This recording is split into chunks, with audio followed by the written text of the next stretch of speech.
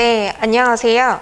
제 7회 대학원 학생 성공 스토리 특강 대학원 오고 싶니? 너도 할 수 있어. 특강의 연사를 맡게 된 주지연 인사드립니다.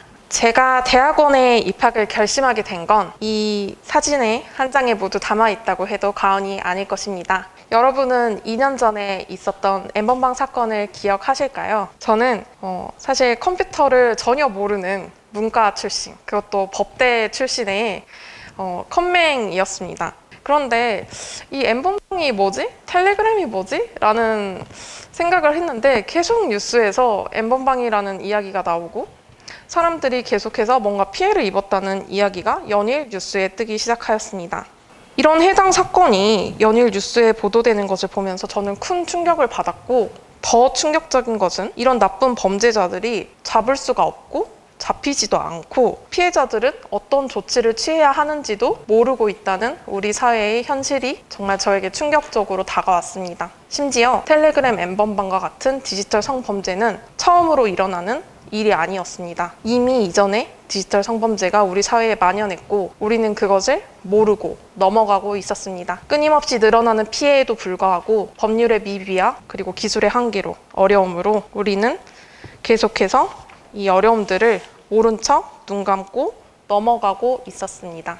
이러한 심각성을 인지한 저는 이를 방지하기 위한, 그리고 또 피해자 보호를 위해 힘쓰는 한국여성인권진흥원에 입사하였습니다. 디지털 성범죄 피해자 지원센터의 일원이 된 저는 트위터, 텀블러, 그리고 각종 SNS에서 무분별하게 퍼지고 있는 불법 촬영물, 딥페이크 영상, 아동 성착취물 등을 체증하고 사전 추적하는 업무를 담당하였습니다. 해당 업무를 통해 촬영물 성폭력이라던가 이 허위 영상물 이용 성폭력, 온라인 그루밍 성착취, 사이버 공간 내 성적 괴롭힘 등 다양한 형태의 디지털 성범죄를 직접 목격하였습니다. 저는 직접 그 현장을 목격하면서 그 심각성을 점점 더 인지하게 되었고, 하루하루 이 범죄를 어떻게 근절할 것인지에 대한 고민이 더 깊어져 갔습니다.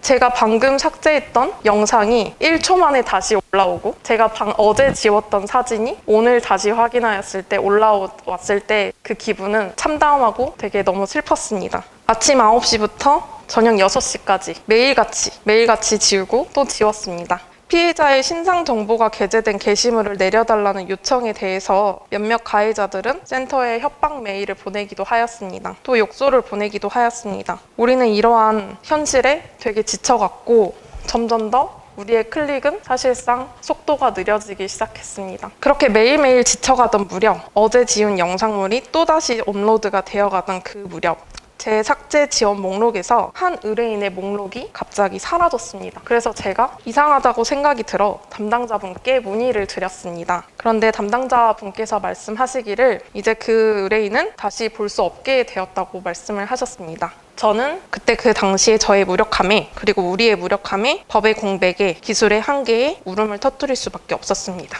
그 일을 계기로 저는 마치 의료계에서 환자의 생사를 결정지을 수 있는 최소한의 시간, 일명 골든타임이라고 하죠. 그 골든타임이 의료계만 있는 것이 아니라 이런 디지털 성범죄와 같은 온라인 범죄에도 동일하게 적용됨을 알게 되었습니다. 그래서 저는 적시에 온라인 범죄에 대응하기 위해서는 디지털 포렌식을 통한 범죄 수사와 입증이 필요하다는 것을 절실하게 느끼게 되었습니다. 디지털 포렌식은 범죄 수사에서 적용되고 있는 과학적 증거 수집 및 분석 기법의 일종으로 각종 디지털 데이터 및 통화 기록, 이메일 접속 기록 등의 정보를 수집, 분석하여 범행과 관련된 증거를 찾아내는 과학 수사 기법입니다. 특히 디지털 성범죄와 같은 불법 촬영물의 경우는 범죄가 발각되었을 그 당시에 증거물이 될 수 있는 이 촬영물들을 삭제하거나 드라이브 등에 저장하는 경우가 많은데, 포렌식 툴을 통해서 이제 파일이나 이미지 영상들을 숨기거나 이동, 그리고 삭제한 것을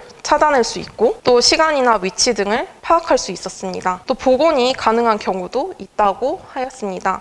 그래서 알맞은 때에 온라인 범죄를 차단하는 기술, 그리고 피해자를 보호하고 범죄자를 법정에 세울 수 있는 법리적 능력을 갖춘, 이 모든 능력을 융합적으로 갖춘 디지털 포렌식 수사관이 디지털 성범죄와 같은 온라인 범죄를 근절할 수 있는 지름길이라고 생각하였습니다. 그래서 날로 발전하는 범죄 수법에 대응할 수 있도록 과학수사 분야의 최고 전문가와 연구자를 양성하기 위한 성균관대학교 과학수사학과에 입학하였습니다. 저는 사실 제가 대학원에 진학을 하고자 했을 때 교사를 그만두고 그리고 공공기관을 그만두고 대학원을 풀타임으로 다닌다고 말을 했을 때 부모님도 그리고 선후배도 그리고 제 친구들도 모두 뜯어 말렸습니다. 저는 그런데 우리나라에서 아직은 그 연구원 그리고 대학원에 대한 인식이 조금은 바뀌어야 된다고 생각을 하였습니다. 사실 대학원이라고 하면 그리고 대학원생이라고 하면 이런 이미지가 뜹니다. 도비는 자유예요 라고 하는 교수님의 항상 보조자라는 이미지가 되게 강한데요.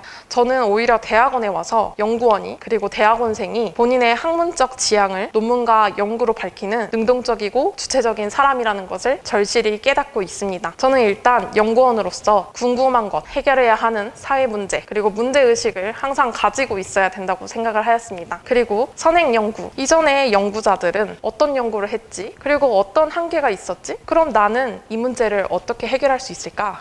라는 생각을 계속해서 끊임없이 했습니다. 그리고 내가 부족한 부분은 나와 내 동료들과 함께 학문적으로 또 기술적으로 지식을 중심으로 해결을 하는 방안을 도출하겠다라는 마음으로 대학원에 왔고 그리고 대학원 생활을 하면서 능동적이고 주체적인 사람으로서 하는 활동들이 더욱더 많아지고 있는 것이 현실입니다. 그래서 저는 진흥원에서 퇴사를 한 후 성균관대학교에 입학을 하여 디지털 성범죄와 관련된 모든 자료를 찾기 시작하였습니다. 전 이 문제가 너무 시급하고 너무 궁금했고 이 사회 문제를 꼭 해결하고 싶었으니까요. 그게 연구원이라고 생각을 했거든요. 그래서 모든 논문을 읽고 제가 할 수 있는 모든 자료들을 찾았습니다. 그 후에 6월 달에 열렸던 학술대회에 나가게 됩니다. 사실 아무것도 모르는 상태로 교수님께 논문을 쓰고 싶다고 찾아뵈었고 교수님께서 많이 도와주셔서 또 동기들도 많이 도와주셔가지고 해당 논문을 쓸 수 있었습니다. 해당 논문은 학술대회에서 발표를 한 후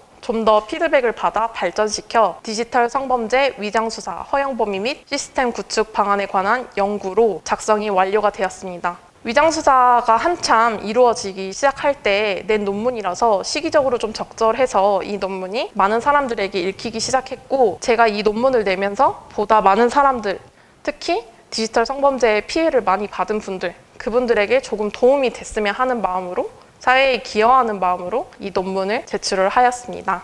두 번째 논문은 제가 2학기 때 같이 공동으로 해서 낸 논문입니다. 이제 2학기 때 법학과 기술을 융합적 접근으로 해서 정보은닉 기술에 대응하기 위한 수사기관의 대응 방안 관련 논문을 발표를 했는데요. 해당 연구 과제를 이제 수행을 하면서 도출한 문제점을 바탕으로 연구원들과 공동으로 논문을 작성을 하였습니다. 그래서 이 논문은 2021년 한국 디지털 포렌식 학술대회 우수 논문상, 경찰청장상을 수여할 수 있는 그런 기회가 되었습니다. 현재 3학기에는 이제 조금 더 넓은 곳으로 조금 더 많은 사람들과 이야기를 나누기 위해 영어로 사람들과 소통을 하며 또 SCI 2급의 정도가 되는 그 논문을 쓰고 싶어서 노력하고 있습니다. 그래서 이번에 여름에는 제17회 아시아 퍼시픽 인터내셔널 컨퍼런스에 나가기 위해서 영어 공부를 하면서 동시에 논문 투고를 노리고 있습니다. 이러한 논문과 함께 저는 연구 과제에도 열심히 참여를 하고 있는데요. 연구 과제는 사실 다양하고 또 연구 계약 역시 형태가 다양하지만 주로 성균관대 산학협력단과 우리는 함께 계약을 하고 이루어졌습니다. 연구가 사실 논문보다 조금 더 재밌는 이유는 성균관대 구성원뿐만 아니라 타 학교 그리고 타 기관과의 공동 연구일 경우는 제 주변 사람뿐만 아니라 다른 사람과의 소통을 통해 제 시야를 좀 더 확장할 수 있는 기회가 되기 때문입니다. 그래서 저는 신인검사 과학수사 교육 표준 개발 혹은 첨단 기술 개발의 회사 환경 변화에 따른 사이버 범죄 대응 방안 이러한 연구 과제에 참여를 했었고요.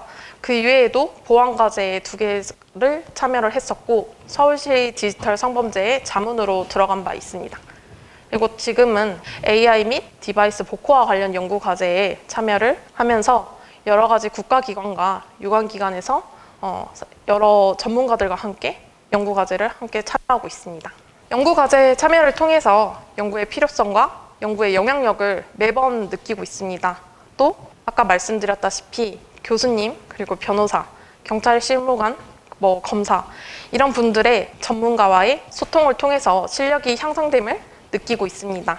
그래서 저는 이제 이러한 연구 과제와 논문을 토대로 저는 좀 더 넓은 곳으로의 발돋움을 하려고 시도를 하고 있습니다. 사실 저는 조금 여러 가지를 하는 것을 좋아하는 편이라 이 외에도 다양한 활동들을 하고 있습니다. 교육 조교도 하고 있고요. 우리 뉴스레터 편집팀도 하고 있고 그 외에도 경기도 디지털 성범죄 도민대응 감시단이라던가 노동부나 외교부의 국민자문단 활동 그리고 한국장학재단의 사회리더 멘토링 등 이런 활동들을 다양하게 하고 있습니다. 제가 이런 활동을 계속해서 하는 이유는 제 학과에만 갇혀있지 않고 다양한 사람과의 소통을 통해서 좀 더 많은 것을 습득하고 유연한 사고를 통해 더 뻗어있는 세계로 나가고 싶어서입니다.